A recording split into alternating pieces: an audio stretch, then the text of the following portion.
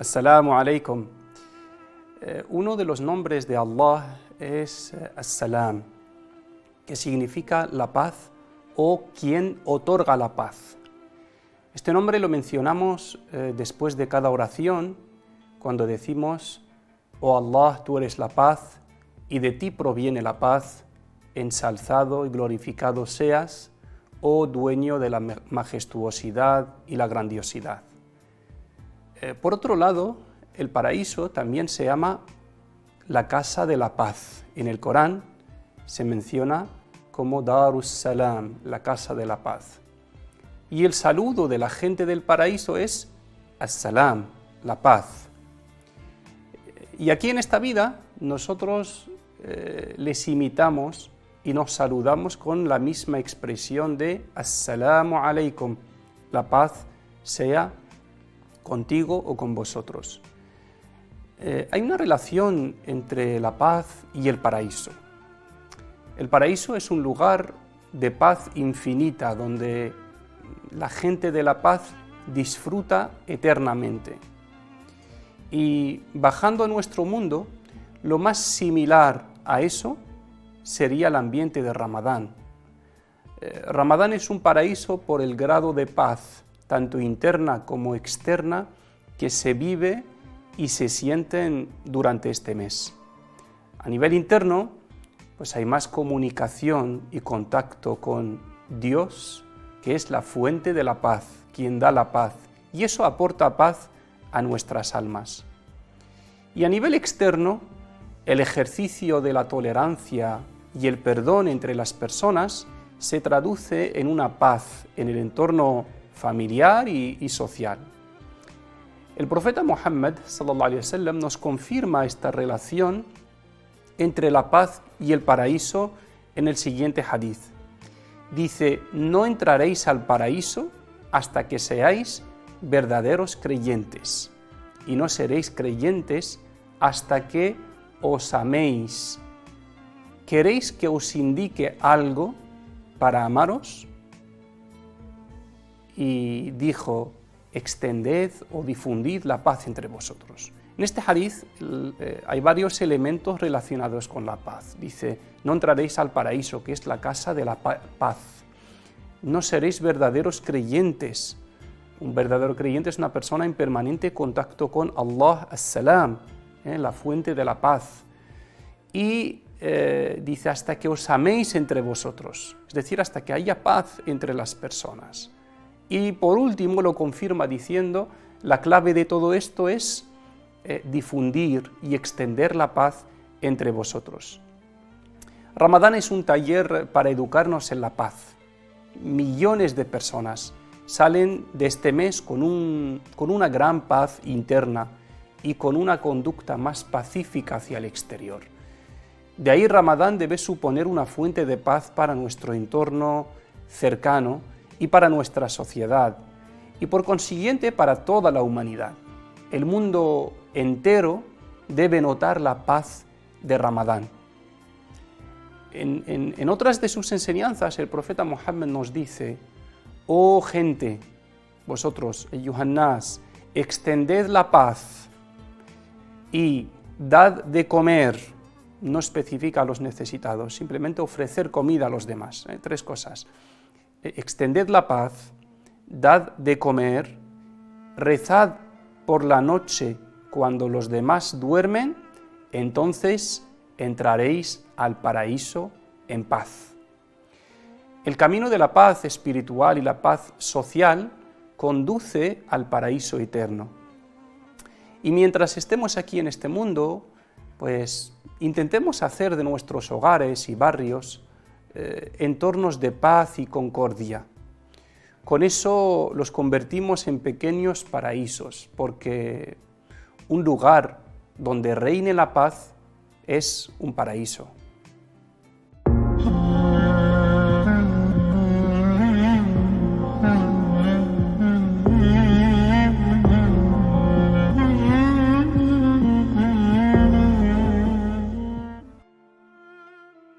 La sección de Corán de hoy haremos un análisis de un término coránico que aparece varias veces para describir la relación de amor y cercanía especial entre Dios y algunas personas. El término es wali. Se puede traducir como amigo, como aliado, como amado, amante, como apoyo, protector, o una combinación de amor y cercanía y apoyo. A veces se atribuye a Allah como el wali de los creyentes, como en la sura 2, la sura de la vaca, cuando dice Allah es el wali de los creyentes, es el amante de los creyentes, el protector de los creyentes, les saca de las tinieblas hacia la luz. Y en otra alaya dice, ¿acaso no ves que a Allah le pertenece todo cuanto hay en los cielos y la tierra? Y no tenéis, salvo a Allah, a nadie como walí ni auxiliador. En otra sura, la sura 4, nos dice Allah, os basta Dios como aliado y os basta Dios como auxiliador. En el sentido contrario, el término awliyaullah se utiliza en el Corán para describir a una categoría de personas que se entregan por completo a Allah y anteponen a Dios por encima de todo lo demás. Podemos decir que son personas enamoradas de Allah y no ven nada más, ven a Allah en todo, ven las lecciones y los mensajes de Allah en todo, ven cómo actúa Allah en su vida y en la vida de los demás. Así es como habla de ellos el Corán. Dice, ciertamente los awliyaullah no tienen nada que temer y no se lamentarán. Esos son, ¿quiénes son estos? Esos son los que creen y tienen plena conciencia de Dios, gozan de la alegría de esta vida y la otra. Esto en la sura de Yunus. Estas personas que gozan de esta relación especial con Dios están a salvo del miedo y la tristeza. La tristeza por el pasado y el miedo por el futuro, o la tristeza aquí y el miedo en el más allá. En definitiva, estas personas no sufren ninguna de estas preocupaciones. Viven en un estado de seguridad y de felicidad permanente.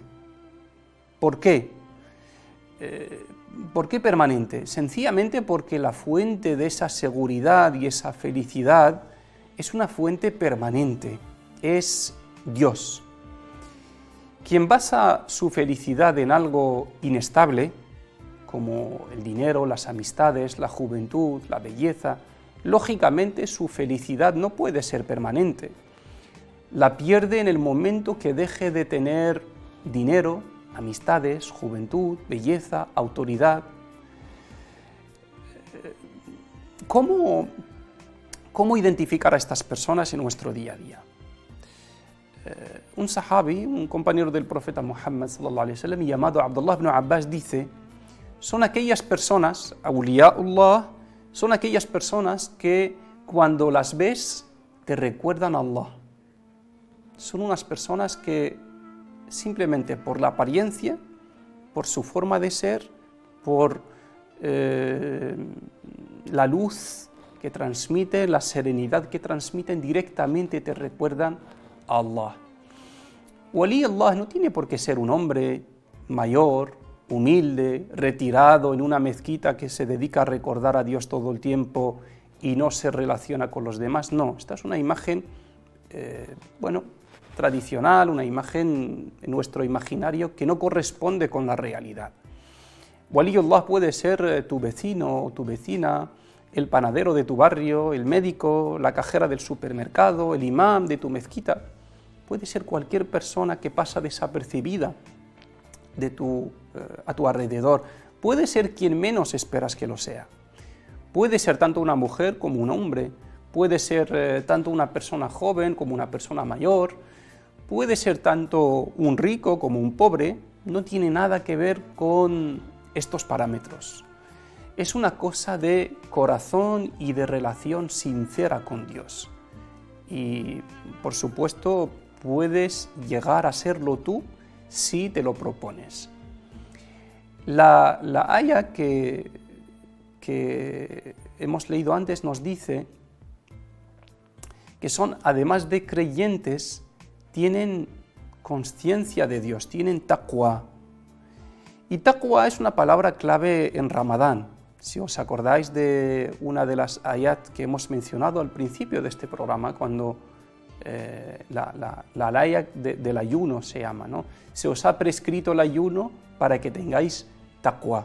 Se os ha prescrito el ayuno como se les fue prescrito a los que os precedieron, para que tengáis at-taqwa, la plena conciencia de Dios, sentir la presencia de Dios en todo momento.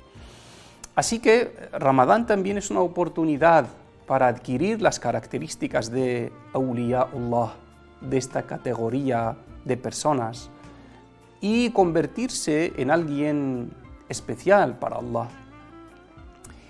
Y para que veas que merece la pena aspirar a ello y planteártelo como objetivo, escucha este hadith. Quien habla aquí es Allah, es el Señor del mundo, es el creador y el dueño del universo.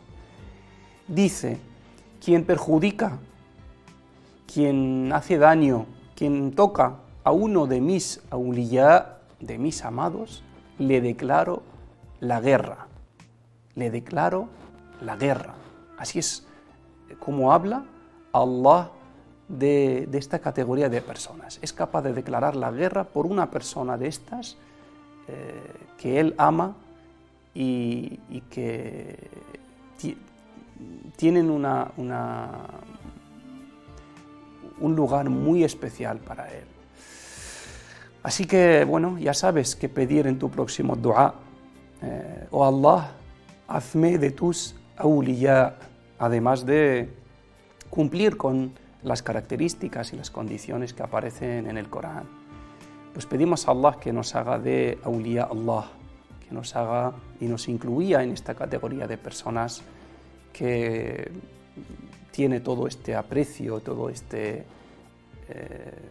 amor y consideración por parte de Allah. Amén.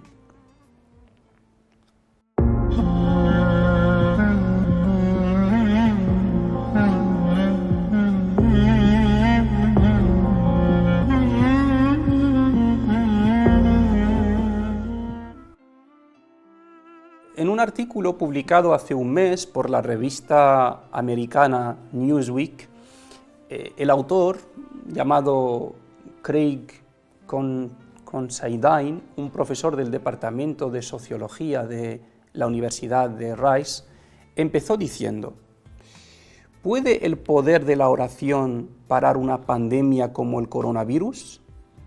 Ni siquiera el profeta Muhammad pensaba eso. Estas son sus palabras. Y siguió citando algunas enseñanzas del profeta Muhammad para una situación de pandemia, epidemia como la que está viviendo actualmente el mundo. Este artículo fue traducido a muchos idiomas y la noticia apareció en todos los medios de comunicación internacionales de diferentes maneras.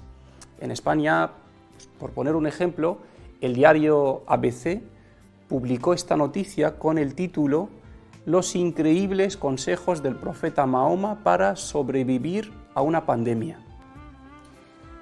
A nosotros como musulmanes pues, no nos sorprende esa información porque estamos acostumbrados a encontrar en las enseñanzas de nuestro profeta Muhammad sallallahu alaihi wasallam respuestas y recomendaciones a situaciones que se dan en la actualidad. Después de varios años pensándolo, yo personalmente he elaborado mi propia definición de seguir la sunna. Creo que no es hacer lo que el profeta hizo en su tiempo, ni dejar de hacer lo que el profeta no hizo en su tiempo, sino actuar como lo haría el profeta Muhammad en cada situación, hoy y aquí. Preguntarse ante cada situación, si estuviera Muhammad sallallahu alaihi wasallam aquí, ¿cómo actuaría? ¿Qué haría? ¿qué diría? Eso es la verdadera aplicación de la sunna. Es un concepto actual del día a día, no es una cosa del pasado. Aplicar la sunna no es retroceder en el tiempo, sino invitar a las enseñanzas del profeta Muhammad sallallahu alaihi wasallam a convivir con nosotros y darnos respuestas a cada situación. En una situación como la que estamos viviendo de pandemia global, cabe hacerse esa pregunta: ¿qué haría el profeta Muhammad si estuviera con nosotros? La respuesta en este caso la encontramos detallada en sus enseñanzas y no hay que imaginársela como en otras situaciones. Hay veces que nos tenemos que imaginar esa respuesta porque no hay antecedentes en la vida del profeta Muhammad. En este caso sí. Por ejemplo, en una de sus enseñanzas nos dice: si os encontráis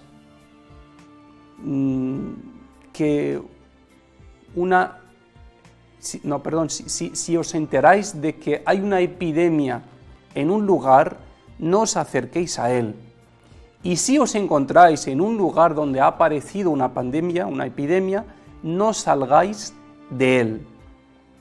Esto es exactamente lo que nos dicen hoy los expertos, que llegan incluso a imponer esto por ley. Este no es el único hadith que hace referencia a una situación de epidemia. Hay otro que dice: si hay una epidemia y una persona permanece en su casa, esto es lo que hoy llamamos el confinamiento, con paciencia y con la seguridad de que no le va a alcanzar salvo lo que Dios haya decretado para él, tendrá la recompensa de un mártir. Los que explican este hadith dicen que esta recompensa es para tanto los que fallecen como los que se salvan, una recompensa de mucho valor. Aún así, no debemos entender esto como una resignación, como una llamada a la aceptación de la realidad sin más, o una resignación ante la enfermedad, porque en otro hadith el profeta Muhammad sallallahu alaihi wasallam nos dice: buscad la cura a vuestras enfermedades. Dios no ha creado ninguna enfermedad sin haberle creado su remedio. La enfermedad en general, vista desde el Islam, es un mal que nunca hay que desear. El profeta Muhammad sallallahu alaihi wasallam nos enseña a pedirle a Allah todos los días salud y bienestar, y él mismo lo hacía. Si alguien padece una enfermedad, debe hacer todo lo que tenga en sus manos para luchar contra ella, además de la súplica y la oración, y no resignarse ni aceptarla. Si lo intenta con todos los medios y no dan resultado, le queda el arma más potente, que es la paciencia y la confianza en Dios como Ash-Shafi, quien cura de todas las enfermedades. El creyente nunca pierde la esperanza de curarse de su enfermedad, aunque todos los médicos le digan lo contrario.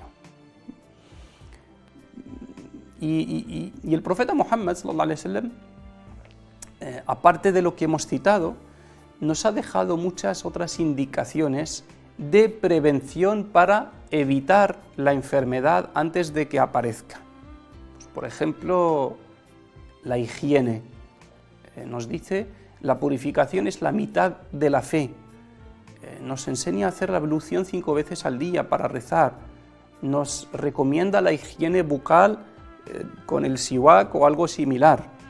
El hábito de cortarse las uñas, la ducha como mínimo una vez a la semana, según algunos ahadith. Todas son recomendaciones del profeta Muhammad que tienen que ver con la higiene corporal y, por lo tanto, es una forma de prevenir la enfermedad. Otros hábitos diarios, como taparse la boca cuando uno estornuda, y además aconseja no hacerlo con la misma mano con la que se saluda.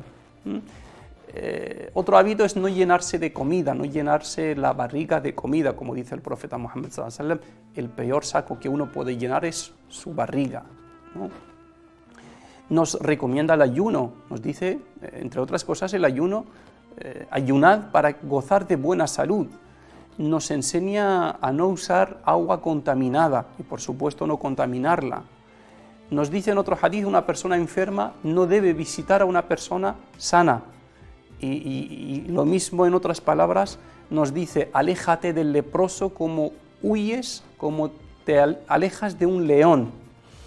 Nos recomienda tener una alimentación sana y además concreta, nos concreta y nos recomienda algunos alimentos en concreto, como la miel, como el aceite de oliva, los dátiles, el habba saudá, el comino negro, que llaman el comino negro, todas son, y muchas otras cosas de alimentación, tanto en el Corán y en la Sunna. Y nos deja una regla general que dice, no hagáis nada que os perjudique o que pueda perjudicar a los demás, que confirma una ley del Corán que dice, no os arrojéis en la destrucción, tahluka, en el mal, en cualquier manera de que os pueda hacer daño. Siguiendo estos pasos en este orden, prevención primero, cuidado de la salud, buscar el remedio y la paciencia finalmente, la enfermedad, grave o leve, se convierte en una, o también es, vista desde el punto de vista espiritual, también es una expiación para el creyente de sus pecados. Allah purifica al enfermo y le recompensa por su paciencia. Estos días que estamos en confinamiento, cuarentena, debemos cumplir con las normas sanitarias para salvarnos y salvar otras vidas. Y además hacerlo con la intención de seguir las enseñanzas de nuestro profeta Muhammad. Para nosotros, además de ser una ley que las autoridades nos piden cumplir, es una cuestión religiosa, es una enseñanza religiosa y la debemos cumplir pues, mucho más, si cabe, ser mucho más tajantes y mucho más radicales en el cumplimiento de estas normas, para convertir nuestra estancia en casa estos días en un acto de adoración a Dios que no cuesta ningún esfuerzo.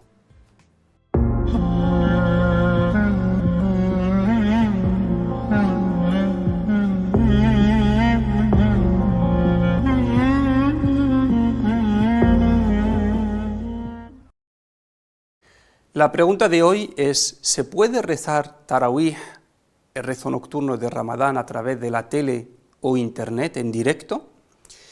Esto es una pregunta que se está planteando estos días en muchos sitios, en todo el mundo, por la situación que estamos viviendo, por este Ramadán especial o peculiar que estamos viviendo.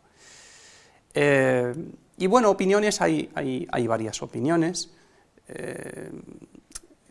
Hay quien, porque es una cuestión nueva, realmente no es nueva porque la pregunta de si se puede rezar detrás de la tele o la radio es una pregunta antigua, que ya aparece en los libros de jurisprudencia islámica. Pero, bueno, básicamente resumiendo, yo pienso que no hay ninguna necesidad en hacerlo. Es decir, primero, rezo de Tarawih es un rezo voluntario, es una sunna, no es una obligación. Se puede rezar en casa perfectamente, reuniendo a toda la familia, y quien sabe más o menos Corán, memoriza algo de Corán, o incluso leyendo del Corán lo puede dirigir perfectamente. Porque rezar siguiendo la tele, siguiendo internet, tiene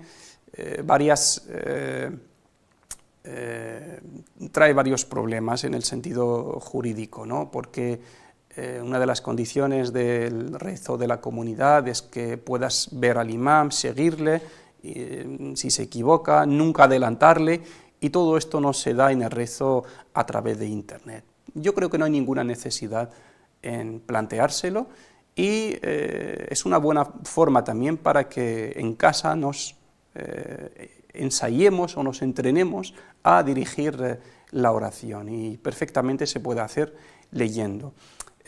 Quizá la única manera, o casos muy especiales, cuando no hay nadie que sepa árabe, que sepa leer en árabe.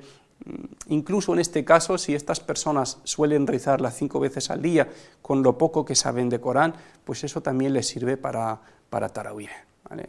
En mi opinión no hay ningún problema, aunque sé que actualmente hay algunos sabios que lo permiten, pero el Consejo Europeo de Fetuas e Investigaciones y los grandes consejos de fetuas en el mundo no han aprobado esta forma de rezo comunitario.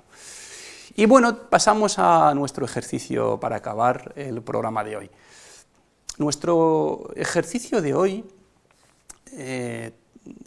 trata de corregir uno de los fallos comunes en Ramadán. Mucha gente lo que hace en Ramadán es simplemente posponer las comidas y juntarlas para la hora del Magrib. Incluso hay en algunas familias ocurre que el consumo durante el mes de Ramadán aumenta. Y eso se contradice con una de las finalidades del ayuno. Una de las finalidades del ayuno es educarnos en el consumo responsable, deshacernos de los caprichos, las cosas innecesarias, comer menos en Ramadán, pasar hambre, sentir el hambre, todo esto es una cosa aconsejable en Ramadán. Entonces, el ejercicio de hoy es tratar de, al menos, si no todos los días, 2 o 3 veces a la semana, limitarnos a un iftar, a una ruptura del ayuno con lo mínimo, acordándonos de las personas que no tienen más que eso para comer durante todo el año. Hay muchas personas que no tienen otra opción, no pueden elegir con qué romper el ayuno, simplemente tienen dátiles y agua o la jarira y poco más, ¿no? Es bueno en el momento del iftar, de la ruptura del ayuno, introducir la idea del consumo responsable. Consumo responsable que se basa en deshacernos de ciertos caprichos, comer sano, tratar de ver el efecto de lo que comemos y su repercusión sobre el planeta, sobre los demás, las demás personas, y tener cierta empatía con las personas que pasan hambre en el mundo, ¿no? Así que la idea del ejercicio de hoy es que nuestro iftar sea un iftar modesto, siguiendo las reglas del consumo responsable, ¿no? Y no convertir nuestro Ramadán en un Maradán. Maradán es un nombre que no existe en árabe, pero viene de la raíz marad, que es la enfermedad, y la enfermedad en Ramadán es acumular todas las comidas por la noche e irse a dormir. Eso no deja ningún efecto, al menos el cuerpo no se beneficia de nuestro Ramadán, y nuestro cuerpo es uno de los beneficiarios también de este sagrado mes. Llegamos al fin de nuestro programa de hoy, del Paraíso de Ramadán. Muchísimas gracias, como siempre, por vuestra atención y hasta mañana, inshallah. Assalamu alaikum wa rahmatullahi wa barakatuh.